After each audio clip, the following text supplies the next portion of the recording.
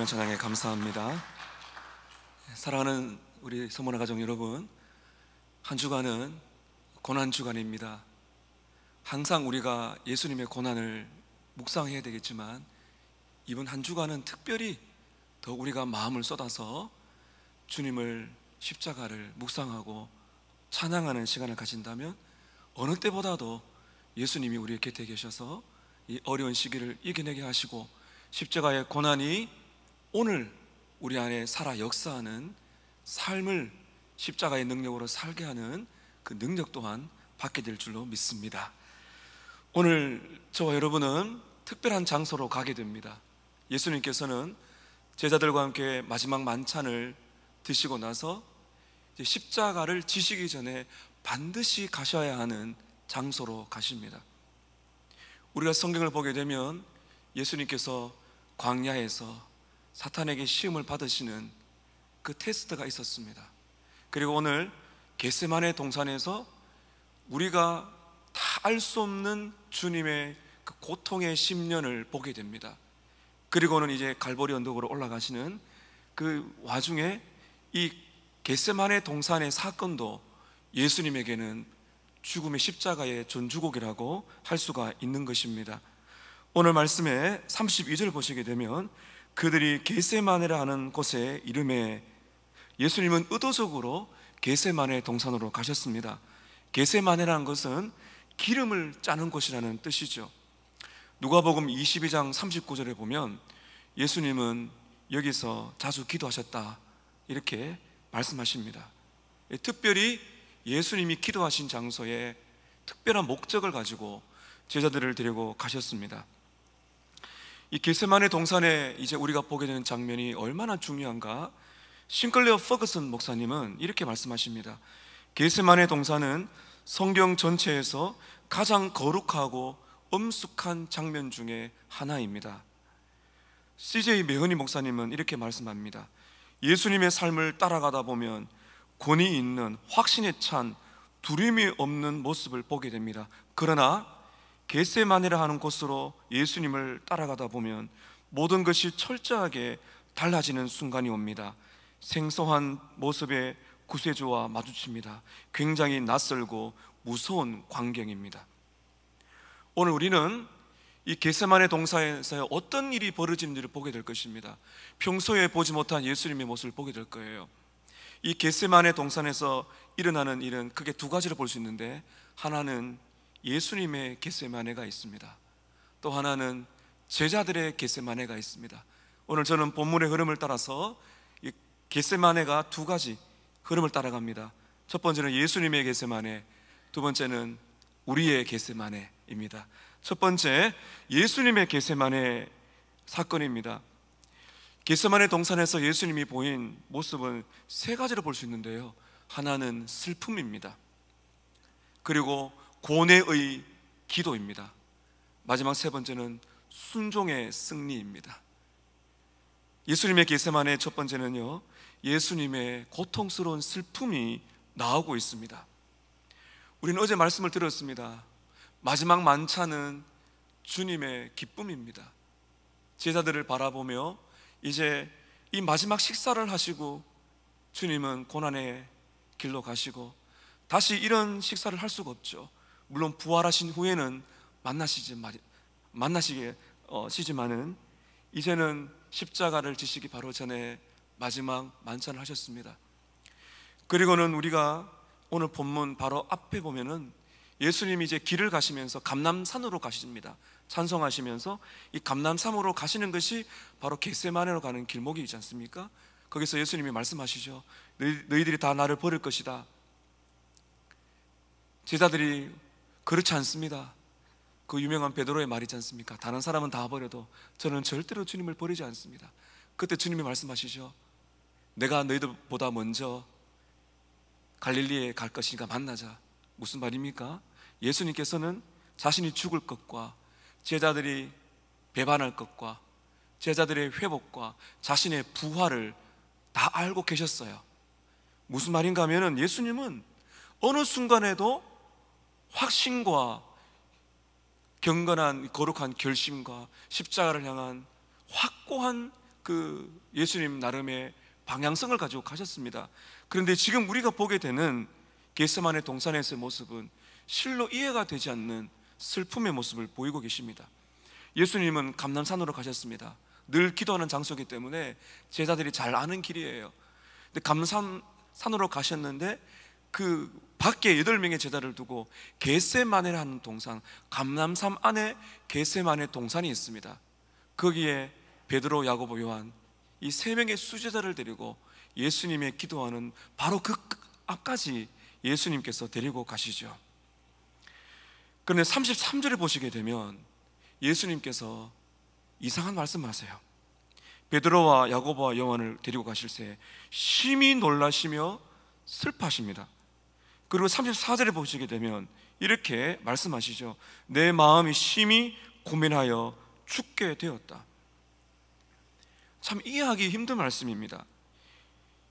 이 말씀을 좀 원문에 가깝게 해석하면 내가 뼛속 깊이 아프다, 너무너무 슬프다, 고통, 공포에 압도되었다, 내 짐이 너무나 무거워서 설명할 수 없는 아픔이 지금 몰려오고 있다, 이런 말씀입니다. 그리고 심히 고민하여 죽게 되었다, 이 슬픔이 지금 나를 죽이고 있다. 전혀 볼 수 없었던 예수님의 이 심경을 토로하시죠. 무슨 말인가요? 예수님은 그동안 느껴보지 못했던 고통과 두려움과 아픔을 집중적으로 지금 받고 계신다는 것이죠. 중요한 질문입니다. 과연 겟세마네 동산에서 무슨 일이 일어나는 것일까요? 무엇 때문에 예수님께서 십자가를 지러 오셨어요? 그래서 이 땅에 오신 분이신데 왜 겟세마네 동산에서 이 설명할 수 없는 고통과 아픔에 주님이 그렇게 힘들어하시고 죽을 지경의 고통을 받게 되셨을까요? 예수님의 기도를 보면 압니다. 이 두 번째입니다. 예수님의 겟세마네 슬픔 두 번째는 고뇌의 기도입니다. 기도의 내용을 보게 되면 아, 예수님이 이것 때문에 이렇게 슬퍼하셨구나 알 수 있어요. 35절입니다 35절 36절에 조금 나아가사 땅에 엎드려 될 수 있는 대로 이때가 자기에게서 지나가기를 구하여 이르시되 아빠 아버지여, 아버지께는 모든 것이 가능하오니 무엇을 내게서 옮기시라고요? 내 잔을 내게서 옮기시옵소서. 그러나 나의 원대로 마옵시고 아버지의 원대로 하옵소서. 중요한 것이 이것입니다. 잔, 이 잔을 내게서 옮기시옵소서. 지금 예수님은 한 상징이죠. 지금 손에 잔을 하나 들고 있다 말하고 있습니다. 이 잔이 무엇인가? 이 잔은 하나님의 진노의 잔입니다. 이 땅에 이 죄인들이 지은 죄 때문에 마땅히 받아야 할 하나님의 그 진노의 잔, 이거 원래는 다 누가 지금 들고 있어야 되는 것이에요? 우리가 들어야 됩니다. 저와 여러분이 들고 있어야 되는 잔, 하나의 상징이죠. 이 잔을 지금 들고 있는데 하나의 상징인 것입니다. 진노의 잔, 하나님의 이 죄 때문에 내려오는 하나님의 진노와 저주의 불꽃, 하나님께서 가장 싫어하는 죄에 대한 하나님의 심판, 그것을 지금 말하고 있는 것입니다. 이 잔을 들고 있다는 것은 무엇입니까? 지금 예수님께 이 세상 사람들의 죄가, 그 모든 사람들의 죄 때문에 받아야 할 하나님의 진노의 저주가 예수님께 다 쏟아지고 있다는 것이죠. 예수님께서는 겟세마네 동산에서 처음으로 느끼신 겁니다. 하나님께서 죄를 얼마나 싫어하시는지, 하나님께서 죄를 얼마나 진노하시는지를 겟세마네 동산에서 인성을 가지고 계신 하나님, 예수님은 완전한 하나님이시자 완전한 인간입니다. 그래서 예수님은 피곤하셔서 주무시기도 하시고 배가 고프시면 음식도 드셨습니다. 인성을 가지고 계신 예수님께서 겟세마네 동산에서 그 고통, 예수님의 십자가의 고통, 하나님이 부으시는 죄에 대한 저주, 심판이 얼마나 강렬한지를 예수님이, 인성을 가지고 계신 예수님이 느끼기 시작하셨다는 겁니다. 처음으로. 예수님께서요, 십자가에서 죽는 거 두려워서 그런 거 아닙니다. 우리가 경험해야 될 지옥, 저주, 심판, 쉽게 말하면 예수님은 지옥을 보신 겁니다. CJ 매원이 목사는 그렇게 말합니다. 예수님은 고난의 잔을 드시면서 겟세마네에서 기도하시면서 지옥을 보셨다. 저와 여러분이 떨어져야 될 지옥의 고통과 불길, 그 심판을 예수님 한 몸에 온 인류가 감당해야 될 그 저주의 심판을 예수님 한 몸에 받고 계신다는 거죠. 예수님께서 경험하신 최고의 여러분 고통이 뭔지 아십니까? 지옥의 고통이 아닙니다. 하나님과 단절되는 고통입니다. 우리는 앞으로 보게 될 것입니다. 엘리 엘리 라마 사박다니, 그 기도의 신비를 우리는 다 알 수 없어요. 오늘 잠시 본다면은 예수님의 가장 큰 고통은 무엇인가 하면 하나님 아버지와 단절되는 겁니다. 여러분, 지옥이 왜 고통스럽습니까? 거기는 하나님이 안 계세요. 하나님이 안 계신 곳이 지옥이에요. 이 땅에 살아갈 동안에도 사람들은 지옥을 경험합니다. 우리는 그렇게 말하잖아요. 지옥 같다. 근데 그 말이 사실 맞습니다. 그런데 본질적으로 인생이 겪는 지옥이 무엇인가요? 하나님과 단절된 겁니다. 여러분, 지옥은 영원히 하나님과 단절되어서 심판을 받는 것이 지옥이라면 천국은 어떤 것입니까? 영원히 하나님과 함께하는 것, 영원히 예수와 함께하기 때문에 행복한 것이 바로 여러분 천국이죠. 지금 예수님께서 이 잔을 내게서 옮기시옵소서 라고 말하는 것은 이런 기도라고 할 수 있어요. 제가 한번 읽어보겠습니다. 제가 한번 해석을 해보았습니다. 내 아버지여, 죄를 심판하시는 당신의 진노의 불길이 너무 고통스럽습니다. 심판을 하시려는 죄의 짐이 너무 무겁습니다. 사탄이 십자가를 지지 말라고 저를 맹렬히 공격하고 있습니다. 죽음의 권세가 저를 억누릅니다. 지옥의 불길이 타오르고 있습니다. 아버지여, 당신과 떨어지는 것은 견딜 수 없는 고통입니다. 당신의 뜻에 합당한 다른 길, 죄인을 구원할 다른 길이 있다면 이 잔을 내게서 옮기시옵소서. 다른 길이 있다면 그 길을 보여주십시오. 여러분, 여기서 우리는 또한 중요한 질문을 해야 됩니다. 예수님, 왜 그렇게 기도하셨죠? 이 질문을 하셔야 돼요. 예수님께. 예수님, 기도하시는 예수님 곁에 우리가 있다면 이 질문을 하셔야 돼요. 예수님, 왜 그렇게 기도하셔야 되죠? 그때 주님께서 우리에게 이렇게 말씀하십니다. 얘야, 내가 지금 마시려는 잔은 네가 마셔야 되는 잔이다. 내가 지금 경험하기 시작한 지옥의 불꽃은 네가 경험해야 되는 공포다. 내가 지금 받기 시작한 하나님의 진노는 네가 너의 죄 때문에 받아야 할 무서운 진노다. 내가 지금 경험하기 시작한 하나님과의 단절, 내가 가장 고통스러워하는 하나님으로부터 버림받는 것은 네가 경험해야 되는 것이다. 너를 여기서 건져내기 위하여 내가 이 잔을 마시고 있다. 주님이 진노의 잔을 마셨기 때문에 우리는 구원의 잔을 마실 수가 있는 것입니다. 여러분 기억하세요. 예수가 우리를 대신하여 진노와 저주의 잔을 마셨기 때문에 우리에게는 진노의 잔이 아니라 구원의 잔, 주님을 기뻐하는 구원의 찬송을 부를 수가 있게 되었다는 것입니다. 예수님의 겟세마네 세 번째는 순종입니다. 순종의 승리입니다. 예수님은 누가복음에 의하면 이 땀에 피가 나올 정도로 기도하셨지 않습니까? 36절에 주님의 기도가 바뀌시죠. 마지막 보세요. 그러나 나의 원대로 마옵시고 아버지의 원대로 하옵소서. 그러나 나의 뜻대로 마옵시고 아버지의 뜻대로 하옵소서. 예수님의 기도는 이렇게 결론을 맺습니다. 신뢰의 기도죠.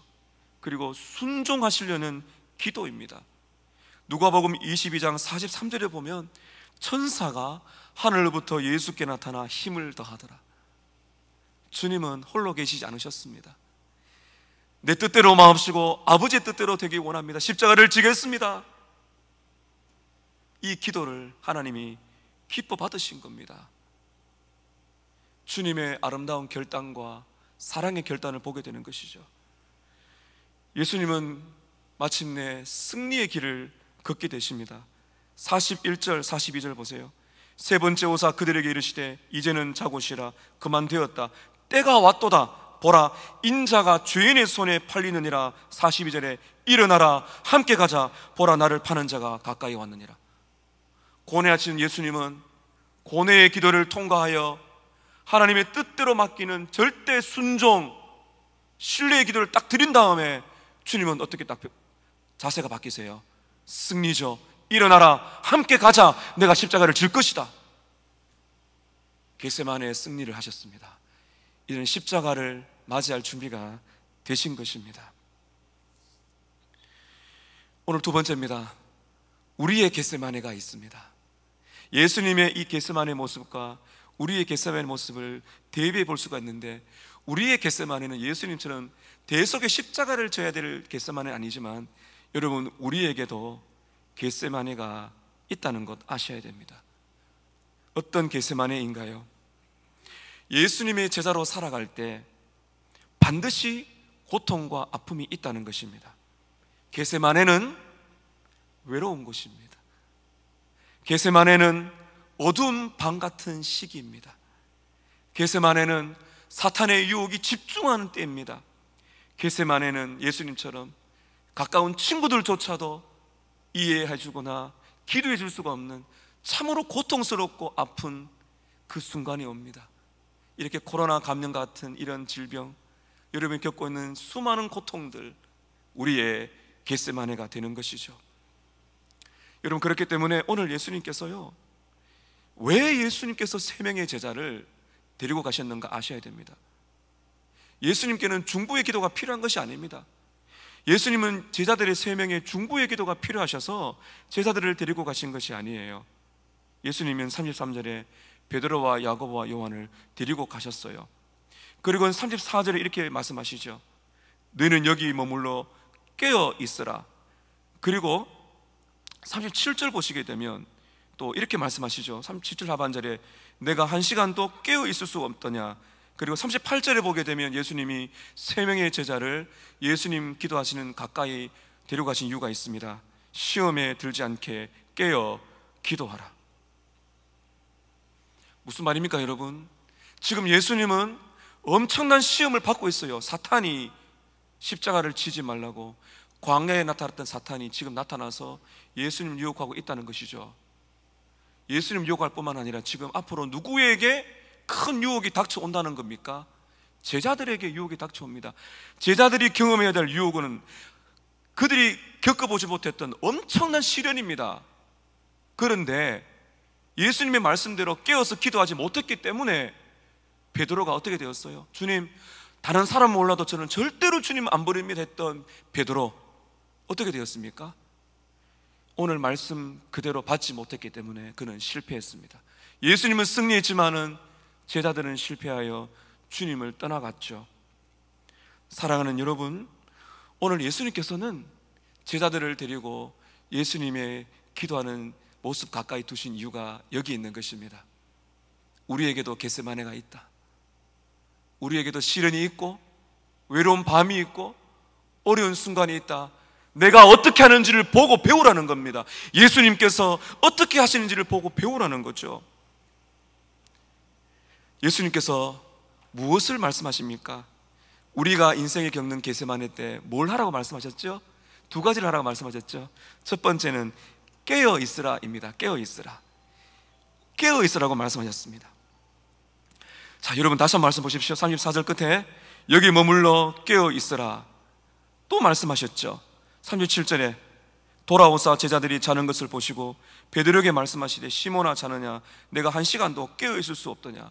예수님은 기도하셨는데요, 누가복음과 다른 복음서에 보면은 돌을 던질 만한 거리예요. 이게 무슨 말인가 하면은 예수님 기도 소리를 다 들을 수 있는 장소입니다. 근데 자고 있습니다. 예수님이 와서 말하지 않습니까? 왜 자고 있느냐? 시몬아, 어떻게 한 시간도 깨어 기도 못하느냐? 그렇게 말씀하시는데요, 또 잡니다. 시험에 들지 않게 깨어 기도하라. 시간이 많았기 때문에 제가 너무 자세하게 할 수 없고요. 예수님이 깨어 있으라 하셨는데, 여러분 그렇다면 깨어 있다는 것이 무엇일까요? 깨어 있다는 것 한번 보실까요? 38절 보세요. 시험에 들지 않게 깨어 있으라. 마음에는 원이로되 무엇이 약하다고요? 육신이 약하다는 겁니다. 여러분, 이 말씀을 잘 아는 것이 껴있는 거예요. 껴있다는 것은 내 자신을 제대로 아는 겁니다. 마음은 원이로되, 여기서 말하는 마음은요, 새 사람의 마음이에요. 새롭게 변화받은 마음. 제가 베드로 예를 들어보겠습니다. 베드로는 뭐라 말했습니까? 예수님, 저 주님 사랑해요. 저는 절대로 주님 버리지 않을 겁니다. 이것은 베드로의 정말 귀한 마음이 맞아요. 여러분 어떠십니까? 여러분 인생을 살아가면서 말씀 들을 때 어떤 생각으로 마음의 결단을 하세요? 주님, 저는 이 말씀 사랑합니다. 저는 그렇게 주님을 따라갈 거예요. 마음은 원입니다. 이것은 변화받은 성도의 아주 귀한 마음이에요. 우리는 원합니다. 정말 주님 뜻대로 살고 싶어요. 여러분 다 있지 않습니까? 그런데 무엇이 문제예요? 육신이 약하다는 겁니다. 여러분, 이 육신은 지금 이 피곤한 내 몸도 될 수가 있지만은 근본적인 것이 무엇인가 하면 로마서 7장 18절입니다. 내 속 곧 내 육신에 선한 것이 거하지 않은 줄을 내가 아노니 원함은 내게 있으나 선을 행하는 것은 내게 없노라. 한마디로 말하면 선을 행할 능력이 없는 나의 육신, 이 죄의 유혹을 받으면 넘어질 수밖에 없는 나의 타락한 이 본성을 말하는 겁니다. 내 마음은 원하지만 선을 행할 능력은 없다는 것이죠. 이것을 제대로 아는 것이 깨어있는 것이죠. 여러분, 우리는 어떻습니까? 사탄의 유혹 앞에, 시련 앞에 여러분이 강하십니까? 이겨낼 자신이 있으십니까? 이것을 아는 것이 깨어있는 거예요. 깨어있으면 정신을 차리게 되죠. 여러분 기억하십시오. 하나님의 은혜가 아니면은, 하나님이 날 도와주지 아니하시면은 절대로 시험과 시련과 고난을 이겨낼 수가 없다. 나는 약하다. 그것을 아는 것이 깨어있는 것이죠. 이런 기억하세요. 내가 마음은 원하지만 내 육신의 이 본성은 약합니다. 잘 넘어집니다. 이걸 잘 알면은 그 사람은 정신을 차린다는 겁니다. 은혜가 아니면 나는 살아갈 수가 없는 존재입니다. 마음은 원이로되 육신이 약하다는 겁니다. 두 번째입니다. 어떻게 우리는 인생의 겟세마네에서 이겨낼 수가 있나요? 기도하는 것이죠. 깨어있어라. 그 다음에 뭐라 그러셨어요?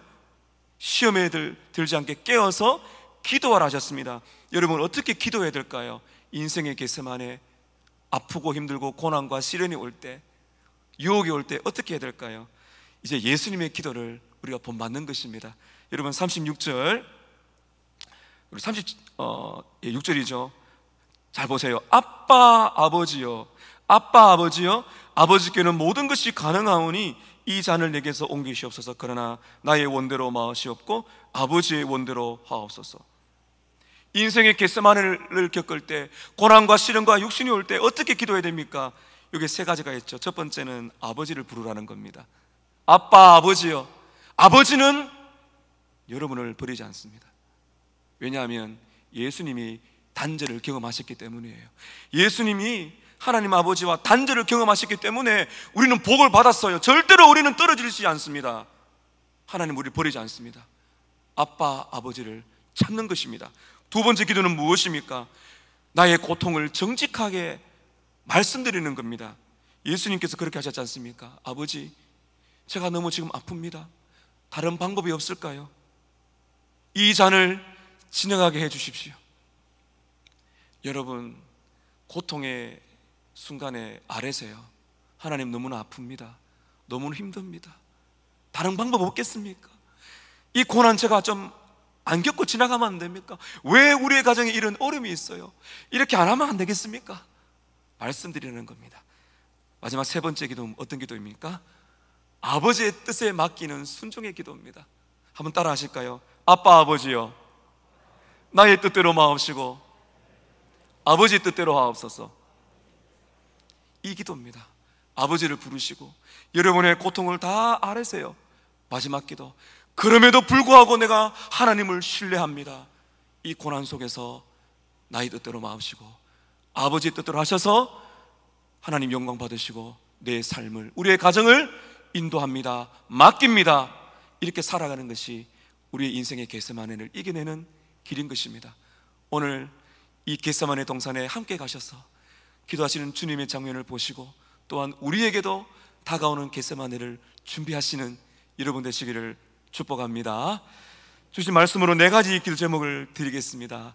이 기도 제목 가지고 함께 기도할 텐데요. 첫 번째는 겟세마네에서 보여주신 예수님의 모습을 통하여 내가 얼마나 큰 죄인인지를 알게 하소서. 두 번째, 겟세마네에서 보여주신 예수님의 모습을 통해 내가 얼마나 큰 사랑과 과분한 은혜를 받고 있는지를 알게 하소서. 세 번째, 고난과 유혹의 때에 내가 얼마나 약한 존재인지를 알고 깨어있게 하소서. 마지막 네 번째, 고난과 유혹의 때에 예수님을 본받아 나의 뜻이 아니라 아버지의 뜻을 구하고 신뢰하게 하소서.